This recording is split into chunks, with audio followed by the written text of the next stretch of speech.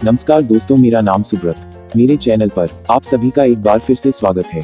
यदि आप मेरे चैनल पर नए हैं तो फटाफट वीडियो को लाइक, शेयर और चैनल को सब्सक्राइब कर लीजिए। आगे ऐसी ही जानकारी वाली वीडियो मिलती रहेगी। तो आज मैं आप लोगों को बताऊंगा प्रसिद्ध धावक मिल्खा सिंह के बारे में, जिन्होंने दुनिया भर में भारत का नाम रोशन किया। मिल्खा सिंह आज तक के भारत के सबसे प्रसिद्ध और सम्मानित धावक हैं। इन्होंने रोम के 1960 ग्रीष्म ओलंपिक और टोक्यो के 1964 ग्रीष्म ओलंपिक में देश का प्रतिनिधित्व किया था। उनको उड़न सिख का उपनाम दिया गया था। 1960 के रोम ओलंपिक खेलों में उन्होंने पूर्व ओलंपिक कीर्तिमान को ध्वस्त किया, लेकिन पदक से वंचित रह गए। इस दौड़ के दौरान उन्होंने ऐसा राष्ट्रीय कीर्तिमान स्थापित किया जो लगभग 40 साल बाद जाकर टूटा। प्रारंभिक जीवन। मिल्खा सिंह का जन्म अविभाजित भारत के पंजाब में एक सिख राठौर परिवार में 20 नवंबर 1929 को हुआ था। अपने माँ बाप की कुल 15 संतानों में वह एक थे। उनके कई भाई बहन बाल्यकाल में ही गुजर गए थे। भारत के विभाजन के बाद हुए दंगों में मिल्खा सिंह ने अपने माँ बाप और भाई बहन खो दिया। अंततः वे शरणार्थी बनके ट्रेन द्वारा पाकिस्तान से दिल्ली आए। दिल्ली में वह अपनी बहन के घर पर कुछ दिन रहे।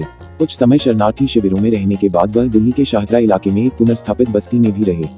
ऐसे भयानक हादसे के बाद उनके हृदय पर गहरा आघात लगा था।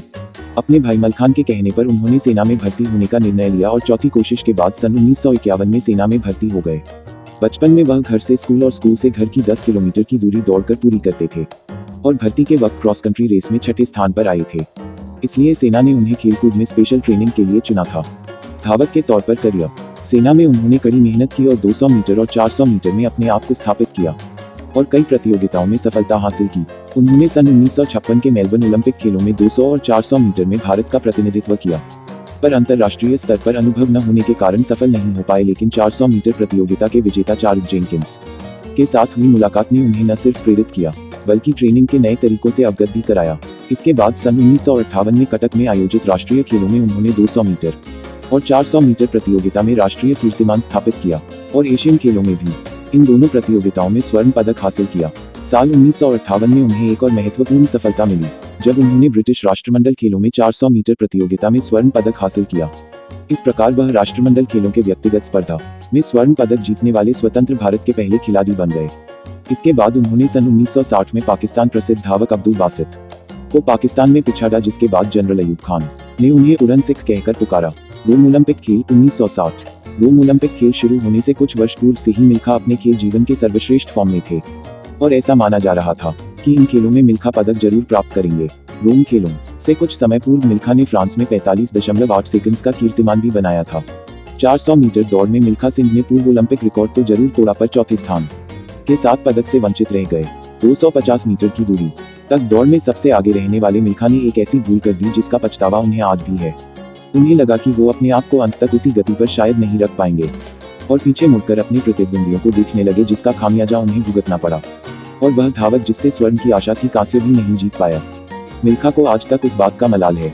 इस असफलता से सिंह इतने निराश हुए कि उन्होंने दौड़ से संन्यास लेने का मन बना लिया, पर बहुत समझाने के बाद मैदान में फिर वापसी की। इसके बाद 1962 के जकार्ता में आयोजित एशियन खेलों में मिल्खा ने 400 मीटर और 400 मीटर रिले दौड़ में स्वर्ण पदक जीता। उन्होंने 1964 के टोक्यो ओलंपिक खेलों में भाग लिया और उन्हें 3 स्पर्धाओं 400 मीटर रिले, 800 मीटर रिले और 1600 मीटर रिले में भाग लेने के लिए चुना गया, पर उन्होंने 1600 मीटर रिले में भाग लिया, पर यह टीम फाइनल दौड़ के लिए क्वालिफाई भी नहीं कर पाई। मिल्खा द्वारा रोम ओलंपिक में स्थापित राष्ट्रीय कीर्तिमान को धावक परमजीत सिंह ने सन 1998 में तोड़ा।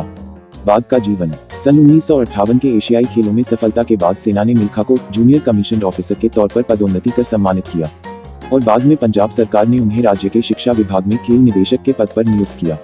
इसी पद पर से मिल्खा सन 1998 में सेवानिवृत्त हुए। वर्ष 1958 में भारत सरकार ने उन्हें पद्मश्री से सम्मानित किया, पर मिल्खा ने सन 2001 में भारत सरकार द्वारा अर्जुन पुरस्कार के पेशकश को ठुकरा दिया। मिल्खा सिंह ने अपने जीवन में जीते सारे पदकों को राष्ट्र के नाम कर दिया। शुरू में उन्हें जवाहरलाल नेहरू स्टेडियम में रखा गया था, पर बाद में उन्हें पटियाला के एक खेल म्यूजियम में स्थानांतरित कर दिया गया। वर्ष 2012 में उन्होंने रोम ओलंपिक के 400 मीटर दौड़ में पहने जूते को एक चैरिटी की नीलामी में दे दिया।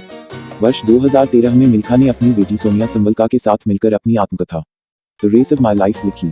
इसी पुस्तक से प्रेरित होकर हिंदी फिल्मों के मशहूर निर्देशक राकेश ओम प्रकाश मेहरा ने भाग मिल्खा भाग नामक फिल्म बनाई।